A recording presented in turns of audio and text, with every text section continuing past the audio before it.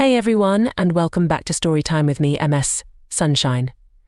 Today we're going to set sail on an adventure to a tiny island with a very special lighthouse. So grab your imaginary life jackets and get ready to meet the littlest lighthouse keeper. Once upon a time, on a tiny island nestled in the vast blue ocean, lived a young boy named Leo. He wasn't just any ordinary boy though. Leo had a very important job. He was the lighthouse keeper. The lighthouse was tall and proud, its bright light guiding ships safely through the night. But Leo wasn't quite as tall as the lighthouse. In fact, he was the littlest lighthouse keeper anyone had ever seen.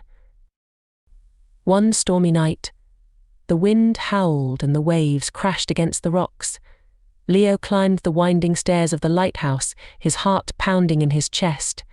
He was a little scared of the storm, but he knew he had to keep the light shining. Reaching the top, Leo carefully lit the giant lamp. Its warm glow cut through the darkness like a beacon of hope for the ships at sea. As he watched the light pierce through the storm, a feeling of bravery washed over Leo. He realized that even though he was small, his job was very important. The next morning, the storm had passed, leaving behind a clear blue sky. A ship sailed past the island, its horn honking in gratitude.